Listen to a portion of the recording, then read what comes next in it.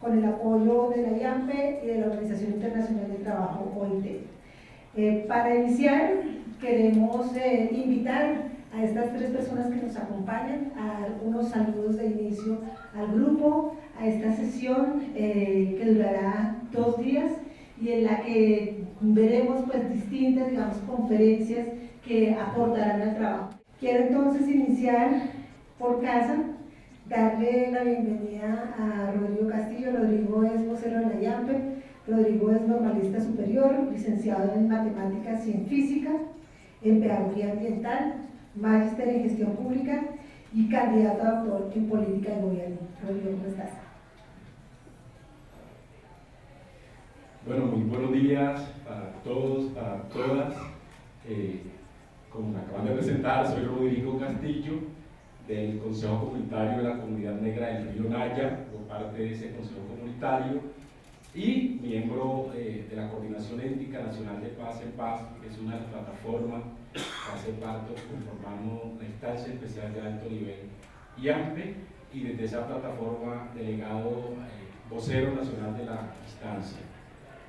Para mí es placentero en este día poder saludar en principio a los compañeros y compañeras que conforman los mecanismos especiales de consultas en los territorios, porque conocemos de entrada el reto tan importante que tienen en sus territorios, y es generar esas condiciones para que el resto de la ciudadanía del territorio interprete nuestra perspectiva en función de lo que son los mecanismos especiales de consulta. Creo que es una parte muy importante.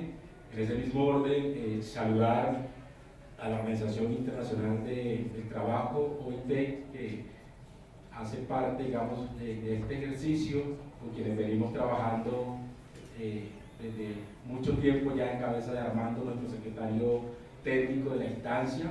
Tenemos la presencia de embajadas en este espacio, la Embajada de México, delegados de la Embajada de México, de Canadá, de España, Suecia. No sé si Suecia finalmente alcanzó a llegar, al resto de los compañeros y compañeras, Richard como parte del Consejo Nacional de Paz Afrocolombiano, CONPA, y parte de la instancia especial de alto nivel con pueblos étnicos. En nombre de la instancia, la IAMPE, dar una cordial bienvenida a todos, a todas. Seguramente algunos se me escapan de saludarlos y de referenciarlos en este espacio, pero creo que es importante saber que estamos aquí, que tenemos un propósito en común, un propósito que tiene que ver cómo sacamos adelante esto que nos pensamos, yo diría ya casi, que lo manifestamos hace casi 6 años, pero que ha sido parte de nuestro trabajo histórico en los territorios. Solo para referenciar, saben ustedes, seguramente algunos tendrán conocimiento de ellos, pero la instancia especial de alto nivel con pueblos étnicos es uno de los logros más significativos de los pueblos étnicos en Colombia. Solo para mencionar que no fue fácil. Yo recuerdo, Richard, que la primera vez que hicimos la solicitud de participar de este ejercicio, el presidente Santos, la respuesta que dio fue: los asuntos de los pueblos étnicos se discuten en Colombia y no hay lugar a discutirlos en La Habana. Luego apelamos al alto comisionado para la paz en su momento, Sergio Jaramillo, y fue la misma respuesta. Mas, sin embargo, algunos hombres y mujeres pertenecientes a los pueblos étnicos comenzamos a llegar a Cuba por nuestros propios medios y a querer incidir de cara a poner en la agenda internacional en ese momento las problemáticas de los pueblos étnicos, y sale un comunicado diciendo: a partir de este momento los pueblos étnicos, delegados a los pueblos étnicos que lleguen acá, van a ser judicializados, porque este es un espacio exclusivamente para el gobierno nacional y para la guerrilla de las FARC. Los asuntos de los pueblos étnicos se discuten en Colombia. Pero hombres y mujeres llenos de ganas, de gallardía, de valor, comenzamos a acudir a otros mecanismos, entre ellos al lobby internacional. Un gran número de hombres y mujeres fueron a los Estados Unidos, con algunos amigos en Estados Unidos, en otros espacios, a hablar de esta necesidad, al punto que esa incidencia en los pueblos étnicos, digamos, surtió efecto y fue así como se convoca por primera vez a una audiencia pública en Cuba para que los pueblos étnicos pusiéramos en la mesa de conversaciones nuestras preocupaciones de cara a lo que sería la implementación del acuerdo final de paz. Histórico porque es la única, digamos, conversación o la única mesa que contó, en palabras de Armando, con 3 patas. Entonces, por un lado, el establecimiento en cabeza del gobierno de su plenipotenciario, por otro lado, las FARC con sus plenipotenciarios y por otro lado, los pueblos étnicos con sus voceros y voceras. No fue fácil lograr llegar a ese momento, pero finalmente lo logramos, y ese ejercicio de incidencia y esa audiencia en el proceso de paz en Cuba luego dio como resultado lo que conocemos hoy como el capítulo étnico del acuerdo final de paz. Yo recuerdo que el último día de cierre de las conversaciones de paz en Cuba teníamos un texto, Richard Luzberi, de 46 páginas, ¿cierto? Y esas 46 páginas se redujeron sustancialmente a página y media, casi 2 páginas, que es lo que tenemos en el capítulo étnico, pero consideramos que lo fundamental quedó allí. Y lo fundamental tiene que ver, primero, por esos principios que nos trazamos como pueblos étnicos en la implementación del acuerdo final de paz, cómo se interpretaría el acuerdo final de paz en los territorios étnicos, esas salvaguardas sustanciales y lo que nos tiene aquí es el mecanismo especial de consulta. Pudiéramos decir que en el intelecto de los pueblos étnicos, en esas conversaciones, lograr que el acuerdo final de paz a través de su capítulo étnico incorporara este mecanismo especial de consulta previa, lo tomamos también como uno de nuestros logros y una de nuestras victorias, pese a las dificultades y a los costos, digamos, que significó poder incidir en la mesa de conversaciones y poner en ese escenario nuestras preocupaciones, pero también nuestras propuestas. Luego entonces, ese capítulo étnico definió la creación de una instancia especial de alto nivel con pueblos étnicos para que esta instancia, como parte de la Comisión de Seguimiento, Impulso y Verificación del Acuerdo Final de Paz, CECIVI, actuara como representante e interlocutora y consultora de la CECIVI con respecto a cómo se interpretaría la perspectiva y la participación de los pueblos étnicos y la implementación del acuerdo final en esos territorios. Incidimos fuertemente en lo que se conoce hoy como el Plan Marco de Implementación. Logramos concertar con el Gobierno Nacional en su momento 97 indicadores étnicos, con unas metas trazadoras, con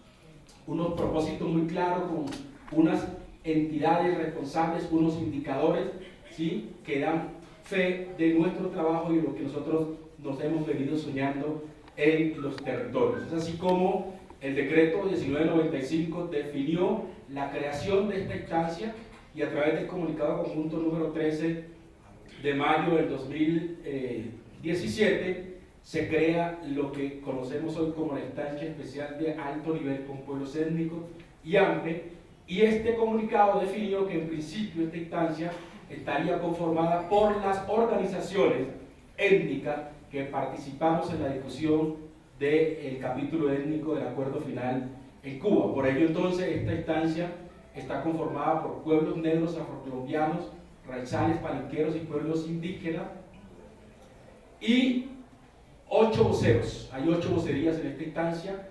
Hoy 4 de ellos pertenecen a los pueblos y comunidades indígenas y otros 4 a los pueblos negros, afrocolombianos, raizales y palenqueros, que hicimos parte de lo que fue el capítulo étnico. 2 plataformas de nivel nacional. Tenemos por un lado la Coordinación Étnica Nacional de Paz, que está conformada por sus organizaciones sociales y de base, Comunidades Construyendo Paz en Colombia, FEDEMICHOCO, que es una federación de pequeños mineros del Chocó. Tenemos a la Coordinación de Pueblos Indígenas, COMPI, y a la Coordinación de Pueblos Afrodescendientes, CONAFRO. Y la otra plataforma a nivel nacional con la que conformamos esta instancia es la Comisión Étnica, y está conformada por el Consejo Nacional de Paz Afrocolombiano, que lidera nuestro hermano Richard Moreno, y la Organización Nacional de Pueblos Indígenas. Y autoridades indígenas del suroccidente colombiano, AISO. Gracias, compañera. Esas son las organizaciones, estas dos plataformas conformamos lo que es la instancia especial de alto nivel con pueblos étnicos, y desde ese escenario hemos venido haciendo nuestros mayores esfuerzos por mantener viva esta instancia. No ha sido fácil, primero partir desde el mismo escenario digamos, de la existencia misma de la instancia. No hemos tenido la suficiente fuerza, el suficiente músculo para poder generar esos despliegues territoriales, para poder llegar a los territorios, digamos, de nuestra competencia. Y otro reto importante de la instancia es incidir para que se implemente el capítulo étnico del acuerdo final de paz. Allí, digamos, que están nuestros dos retos importantes. Primero, que la instancia como parte de la CECIBI funcione con todas las garantías necesarias y requeridas, y a partir de aquí tener la fuerza suficiente para que ese trabajo pueda incidir en la implementación del capítulo étnico. Decir entonces que los mecanismos especiales de consulta son producto de ese ejercicio que hemos venido haciendo. Denunciar que desafortunadamente estos mecanismos no se crearon tal como nosotros lo pensamos en el capítulo étnico, Richard, porque lo que buscábamos era que la interpretación de los MEC tuviera un sentido más de comunidad, ¿sí? Y que incluso su misma conformación fuera producto de ese ejercicio comunitario. Mas, sin embargo, existe ya ese espacio al que reconocemos en toda nuestra, digamos, integralidad, respaldamos el trabajo que vienen haciendo los compañeros, y por ello entonces parte, digamos, del ejercicio que acompaña a la Organización Internacional del Trabajo es fortalecer esta figura que creemos que viene jugando, juega y jugará un papel muy importante en los territorios, sobre todo en este momento, digamos, importante no solamente para el país, sino también para los pueblos étnicos. Importante porque vemos la posibilidad de que esos sueños, esa visión de futuro de los pueblos étnicos, de cara a un gobierno alternativo, de cara a una posibilidad de la que hemos hecho parte, esas cosas que nos hemos proyectado y que nos hemos pensado encuentren un asidero político y encuentren respuestas positivas y significativas. Entonces, invitarlos e invitarlas a no, como decimos en los territorios nuestros, a no bajar la guardia. En momentos más difíciles les hemos puesto la cara y el pecho a la brisa. Hoy el escenario es más prometedor, es más a favor, y creo que es un tiempo muy importante para nosotros rodear y permitir rodearnos también de estos nuevos momentos que prometen generar cambios reales en los territorios, y sobre todo en los territorios de los pueblos y comunidades étnicas que históricamente, digamos, hemos estado aislados incluso de participar en el gobierno, de participar en los espacios de toma de decisiones, y poder poner también en las mesas donde se discuten temas importantes, políticas públicas, locales, sectoriales, territoriales, nacionales.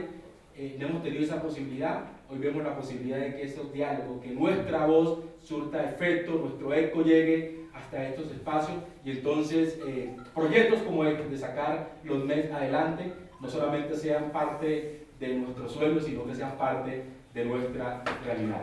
Con esas palabras, compañeros y compañeras de los mecanismos especiales de consulta, a las embajadas, a la OIT y no sé, a los delegados voceros de la instancia especial de alto nivel que estamos en esta mañana, en este primer día de apertura de nuestro encuentro, damos por instalada este espacio de formación y fortalecimiento a los mecanismos especiales de consulta.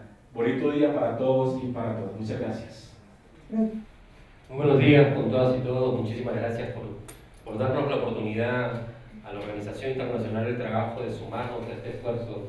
Y como muy bien ha resumido en esta larga historia, corta historia, pero de muchos desafíos en realidad, ¿no? En términos de tiempo, pero de enormes desafíos y contenidos, ¿no? Desde la OIT estamos muy contentos de poder participar en este espacio. Yo quiero en primer lugar trasladarles el saludo de nuestro director, el señor Ítalo Cardona, que lamentablemente en esta ocasión no ha podido estar presente en esta actividad, pero que está dando seguimiento a este esfuerzo que nos hemos propuesto como organización de contribuir al fortalecimiento de esta instancia, ¿no? Y justamente por las razones que muy bien nos explicaba. Yo quisiera, además de saludar y trasladar estos agradecimientos, quisiera traer a colación dos temas que creo que ubican el trabajo de la OIT en un espacio de esta naturaleza, ¿no? El primer lugar es que la Organización Internacional del Trabajo es la agencia de Naciones Unidas que alberga lo que es hoy probablemente el principal instrumento en materia de protección de derechos de pueblos étnicos en la región, ¿no? Estamos hablando del Convenio 169, un convenio que hace parte de la legislación colombiana desde el año 92, ¿no? Un convenio que desde luego ha inspirado a la región, pero un convenio que cuando fue trazado en la década de los 80, fue un convenio que se inspiró en la construcción del diálogo y la paz. Y son pocos, probablemente, los países en el mundo en donde el enfoque del Convenio 169 termina transformándose en un elemento que contribuye a la paz. Colombia es uno de esos países en donde, a raíz del esfuerzo de los pueblos étnicos, se incluye un capítulo, ¿no? Capítulo de los acuerdos de paz, vinculado a los temas étnicos, donde se hace referencia explícita a este instrumento, el Convenio 169. Entonces, el Convenio 169 es, en definitiva, un catálogo de derechos, ¿no? Para los pueblos étnicos, entiéndase población indígena y población negra, mestiza, afrocolombiana, ¿no? Pero sobre todo es un instrumento que promueve el diálogo. Y en la promoción de ese diálogo y de la construcción de la paz aparece una figura como la que hemos hecho mención a los temas de consulta. No hay manera de implementar los derechos de los pueblos étnicos en Colombia si es que esto no se hace en consulta y en participación con los propios interesados. Lo demás pueden ser buenas intenciones, ¿no? Pero bueno, sabemos de que de buenas intenciones no necesariamente vive el mundo. Entonces es importante trasladar esas responsabilidades que tienen los gobiernos, en este caso el gobierno de Colombia, a través de un instrumento como el Convenio 169, pero a través también de una vocación mayor que es la consolidación de la paz, ¿no? Y esa consolidación de la paz se debe materializar en los acuerdos que logró el país, como tú mismo mencionabas, con presencia de los pueblos étnicos, en donde además hay una referencia explícita a los derechos de los pueblos étnicos, que tienen que ver con el Convenio 169, y la manera de implementarlos en México. Entonces, vamos a tener a lo largo de estos 2 días la oportunidad de conocernos un poco más, de contarles qué es lo que hacemos como Organización Internacional del Trabajo, de contarles, transmitirles y compartirles información sobre los contenidos del convenio y el derecho a la consulta. Pero no queríamos comenzar esta mañana, desde luego agradeciendo a todas y a todos. Sabemos los esfuerzos que implican trasladarse hasta Bogotá, ¿no?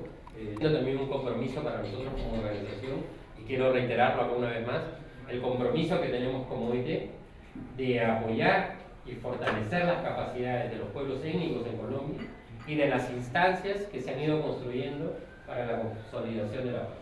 Entonces esperamos que este sea la primera de muchos otros espacios de diálogo que vamos a tener con los pueblos étnicos a través del IAMPE o de otras instancias, ¿no? Entonces me acompañan mis colegas también, Ángela, Stephanie, que con las que ustedes han podido dialogar, que seguro a lo largo de la jornada del día de hoy nos vamos a poder presentar con mayor detalle. Pero estamos muy contentos, muy agradecidos. Vamos a tener la oportunidad de estos 2 días de seguir dialogando sobre estos temas y agradecerles la oportunidad y reiterar el compromiso de la oficina de avanzar juntos en un tema que es de fundamental importancia para el país. Muchísimas gracias. Muchas gracias, señor Hernán, y saludos extendidos también al equipo de la OIT que ha acompañado a la organización de este encuentro de estos 2 días.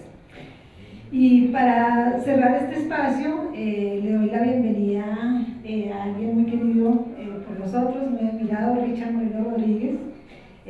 Richard, me encanta decir que eres de Tanguy, de Chocó. Una obligación. Sí, por supuesto, hay que decirlo siempre, que se te presenta.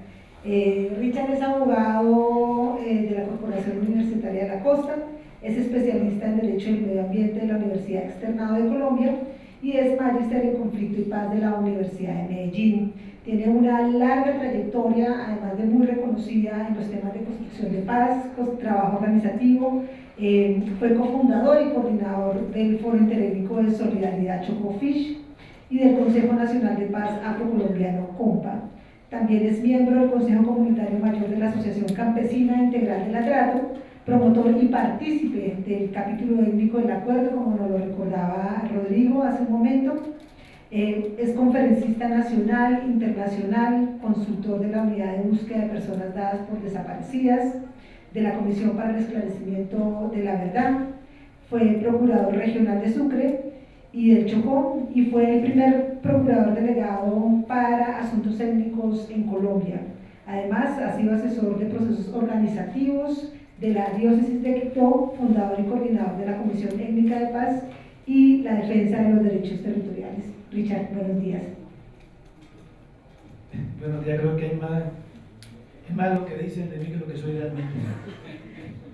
Buenos días a todas las personas aquí presentes. Permítanme colocarme de pies, porque yo ni rejo llevé sentado. Estuve sentado durante toda la época de la escuela, del colegio y la universidad por el temor reverencial de los profesores, pero en mi casa mi papá y mi mamá me pegaba, pero de pies. Y pues el mismo conflicto nos llevó a que tuviéramos que estar de pie siempre, ¿no? Yo quiero agradecerles a cada una de las personas aquí presentes, cualquiera sea la procedencia, la entidad de donde vengan o la organización que representen, porque el proceso de construcción colectiva, diversa, democrática, es lo que va a permitir que este país pueda construir una paz de base y territorial. Estamos en un contexto bastante importante, pero que no debemos confundirnos. Hay un gobierno que en teoría es favorable, pero es simplemente un gobierno, no es el cambio de la estructura del Estado. Y como la estructura del Estado no está cambiando con este gobierno, los derechos de los pueblos, los derechos del campesinado, los derechos de la gente menos favorecida, no necesariamente se van a materializar en 4 años. Por lo tanto, nuestra obligación, nuestra responsabilidad es seguir juntándonos, seguir trabajando en función de la materialización de nuestros derechos, y esto para decir que cuando logramos el capítulo étnico en el acuerdo final de paz, creímos de alguna manera que se iban a transformar de manera casi que inmediata, de manera ilusa lo creímos, algunas situaciones de la gente del campo, de la gente rural, de los pueblos en Colombia, y resulta que tuvimos 1 año, año y medio y algún nivel de tranquilidad en los territorios, pero tuvimos 4 años de un gobierno que prefirió privilegiar la guerra y no la paz, y por eso los niveles bajos de implementación que hoy tiene no solamente el acuerdo final en su conjunto, sino especialmente el capítulo étnico, lo reflejan los informes que ha hecho el Instituto CRO, si es que la gente muchas veces cree en la institucionalidad, pero los nuestros son mucho más desconcertantes que lo que dice el Instituto CRO. Pero creo que lo más importante de ello es que fuimos capaces de ser el tercer actor no armado, de participar en la mesa de La Habana, y vamos a tener que ser capaces de ser el tercer actor no armado, le gusta este gobierno o no, de participar en los diálogos de construcción o de negociación de la paz total. Ya se lo dijimos así al Alto Comisionado para la Paz.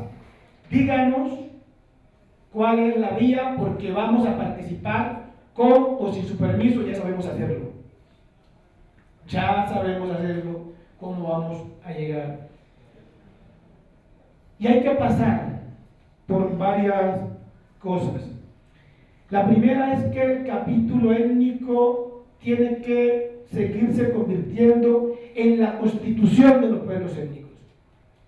Cuando nosotros revisamos esa página y media, 2 páginas, no hay, aunque no están todos los derechos reconocidos a los pueblos étnicos, hay un marco normativo que va más allá de lo que establece la propia Constitución del 91.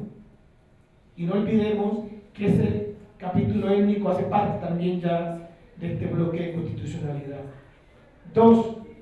El capítulo étnico no puede seguir siendo el hijo paria del acuerdo final y de la institucionalidad. Por eso, es un imperativo que en la construcción de este plan de desarrollo que hace el nuevo gobierno, este instrumento, lo que allí está plasmado como capítulo étnico, debe quedar no solamente implícito, de manera directa referido. Pero lo tercero, las futuras negociaciones que se van a dar en el país no podrán ser sin nosotros, y tenemos que colocar de presente lo que ya logramos en el capítulo étnico, porque jamás podrá ser regresivo para nosotros lo que se negocie con otros actores, y nosotros partimos de lo que ya hemos logrado en ese capítulo étnico. Pero en relación a lo que tiene que ver con la IAMPE, sí estamos en un momento bastante importante por lo que significa para la vicepresidenta de la República esta instancia y lo que significan estos mecanismos especiales de consulta.